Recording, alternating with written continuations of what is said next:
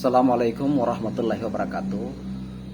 Perkenalkan, nama saya Muhammad Oktavian, peserta PKDP yang berasal dari Universitas Islam Negeri Dato Krama Palu. Pada kesempatan kali ini saya akan memaparkan materi pada mata kuliah Hukum Perdata terkait dengan tema pengertian, karakteristik, dan sejarah hukum perdata. Nah, untuk mendalami materi hukum perdata ini, maka ada baiknya kita harus memahami dulu pengertian dari hukum perdata itu sendiri. Nah, pada kesempatan ini saya akan mendeskripsikan pendapat yang disampaikan oleh Sudikno Mertokusumo bahwa yang dimaksud dengan hukum perdata itu adalah hukum yang mengatur hubungan antara orang per orang, ya, yang mengatur hak dan kewajiban, yang dimana hak melekat pada perseorangan satu dan kewajiban melekat pada perseorangan lainnya dalam hubungan kekeluargaan dan dalam pergaulan di masyarakat, yang kemudian dalam pelaksanaannya diserahkan kepada masing-masing pihak. Dari definisi ini ada beberapa unsur yang kita dapat uraikan bahwa hukum perdata itu merupakan hukum yang mengatur antara subjek hukum satu dengan subjek hukum lainnya, yang dimana pada perseorangan yang satu melekat aspek hak yang kemudian berimplikasi pada kewajiban bagi perseorangan lainnya. Yang kemudian pada hukum perdata ini, ya, ini mengatur hubungan yang bersifat kekeluargaan. Kita contohkan pada aspek waris misalnya, dalam hubungan kekeluargaan misalnya, dalam hubungan perkawinan misalnya, dan kemudian juga mengatur, ya, aspek hubungan pergaulan di masyarakat, misalnya bagaimana hubungan perikatan antara perseorangan satu dengan perseorangan lainnya. Nah, kira-kira itulah yang menjadi gambaran dari definisi yang disampaikan oleh Profesor Sudikno Mertokusumo. Berikutnya, yang penting juga untuk dijelaskan pada materi hukum perdata ini, kita perlu mengenal juga karakteristik yang terdapat dalam hukum perdata itu sendiri.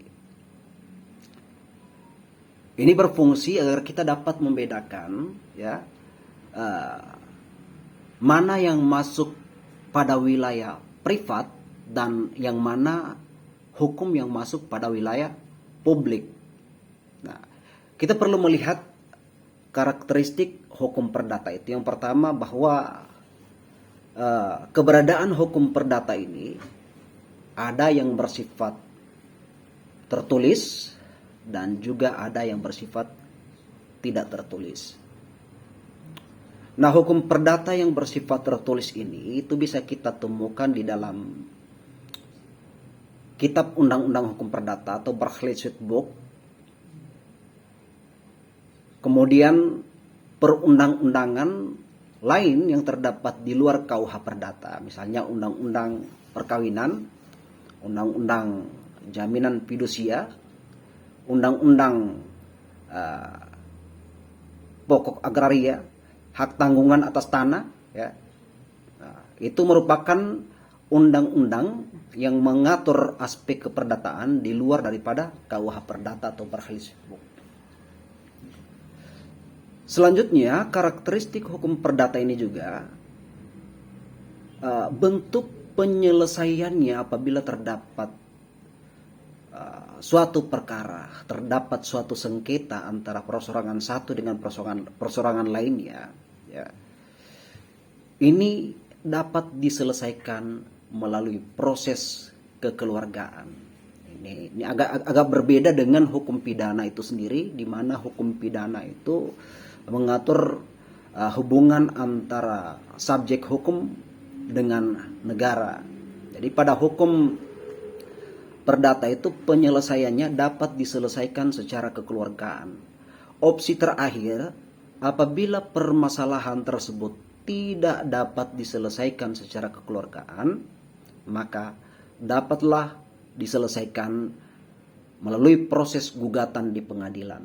Jadi hukum perdata ini sesuai dengan semangat adat hukum ketimuran kita, yang dimana keberadaan langgar, keberadaan balai desa ataupun keberadaan rumah-rumah adat itu sebagai alternatif daripada penyelesaian sengketa di luar pengadilan, yang dimana kita juga sebagai orang timur itu merasa sangat malu ya apabila ada persoalan-persoalan yang berkaitan dengan diri kita atau yang berkaitan dengan keluarga kita ya dapat diketahui oleh masyarakat secara luas. Karakteristik berikutnya yang terdapat dalam hukum perdata ini ya, apabila terjadi suatu perkara dalam hubungan keperdataan ini, itu tidak mengenal polisi dan kejaksaan. Jadi kepentingan para penggugat ketika menyelesaikan perkara keperdataannya di pengadilan itu dapat diwakili oleh pribadinya sendiri. Tentunya sangat berbeda dengan hukum pidana, yang dimana ketika terjadi suatu kasus pidana maka kepentingan korban itu diwakili oleh seorang jaksa untuk melakukan penuntutan di pengadilan. Nah, sekali lagi, dalam urusan keperdataan kita tidak mengenal kepolisian dan kejaksaan. Muncul pertanyaan kemudian, apakah dalam perkara keperdataan berpotensi dapat melibatkan kepolisian? Untuk menjawab permasalahan tersebut, maka kita harus melihat dulu seperti apa duduk perkaranya. Apabila persoalan keperdataan ini menyangkut suatu perjanjian misalnya, kalau di dalam suatu permasalahan tersebut terdapat unsur-unsur delik yang dilanggar dalam hukum pidana, maka dapatlah diproses oleh kepolisian. Misalnya dalam suatu perjanjian misalnya di mana seorang subjek hukum ya menggunakan identitas palsu, menggunakan martabat palsu, maka dapatlah permasalahan tersebut diselesaikan melalui proses pidana. Tetapi selebihnya dalam urusan keperdataan sesuai dengan konteks ketimuran kita bahwa seluruh permasalahan itu dapat diselesaikan secara kekeluargaan. Selanjutnya, pada bagian ini juga penting untuk kita melihat bagaimana sejarah berlakunya hukum perdata di Indonesia. Nah, kita pada bagian ini akan melihat beberapa fase itu. Sebelum Indonesia dijajah oleh bangsa Eropa atau pada fase pra penjajahan ini, bangsa Indonesia atau bangsa pribumi pada saat itu masih menggunakan sistem hukum adat yang dianut oleh masing-masing daerah, termasuk juga beberapa bagian atau beberapa daerah juga menggunakan hukum Islam yang kemudian diadopsi menjadi hukum adat mereka. Berbicara sejarah hukum perdata yang ada di Indonesia ini, itu tidak terlepas daripada perkembangan sistem hukum yang ada di Indonesia itu sendiri, yang walaupun kalau kita lihat kita menganut sistem hukum mixed middle family, dipengaruhi oleh sistem hukum Eropa kontinental, hukum adat kita termasuk hukum Islam itu sendiri ya. Untuk memahaminya lebih jauh, kita coba berangkat bagaimana proses sejarah hukum Eropa kontinental itu sendiri sehingga berpengaruh terhadap hukum perdata yang berlaku di Indonesia. Pada dasarnya, perkembangan hukum yang ada di Indonesia itu dipengaruhi oleh civil law system. Kenapa dikatakan sebagai civil law system? Karena hukum ini itu awalnya berangkat dari kode sivil yang ada di Romawi pada saat itu, yang dimana Kaisar Romawi yang pada saat itu dipimpin oleh Justinianus, ya, memerintahkan orang-orangnya untuk mengumpulkan hukum-hukum Romawi kuno, yang kemudian hukum-hukum tersebut dikodifikasi, ya, dalam satu kodifikasi yang kemudian dikenal sebagai Corpus Juris Civilis Justinianus, ya, karena yang menyusunnya, yang memerintahkan pada saat itu adalah Kaisar Justinianus.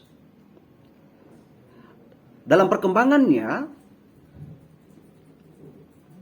kode sivil yang ada di Romawi ini itu turut mempengaruhi, ya, sistem hukum yang berada di kawasan Eropa daratan pada saat itu.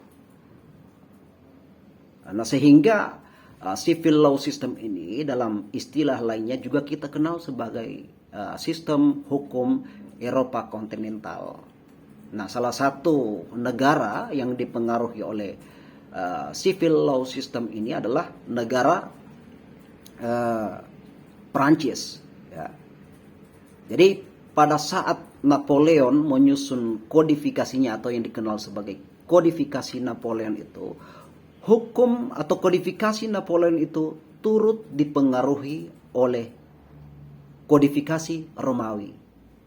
Nah, di dalam sejarahnya kita ketahui juga bahwa pada saat Belanda menjajah Indonesia, pada saat itu juga Belanda sedang dijajah oleh Prancis. Maka kodifikasi yang ada di Prancis turut mempengaruhi terhadap kodifikasi hukum yang ada di Belanda pada saat itu. Nah, jadi hukum yang ada di Belanda ini itu disusun oleh Mr. Kempers, tetapi dia tidak mampu, belum selesai menyusun kodifikasinya itu dan kemudian meninggal.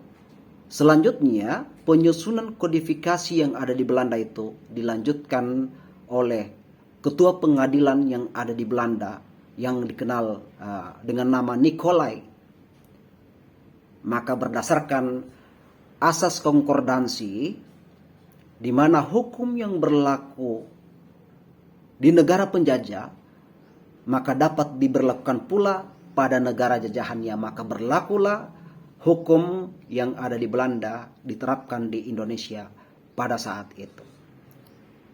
Pada tahun 1942, di mana bersamaan dengan perang Asia Pasifik, ya, terjadilah pergantian pendudukan militer di Indonesia. Yang sebelumnya itu Indonesia dikuasai oleh Belanda dan kemudian berganti dengan pendudukan militer Jepang.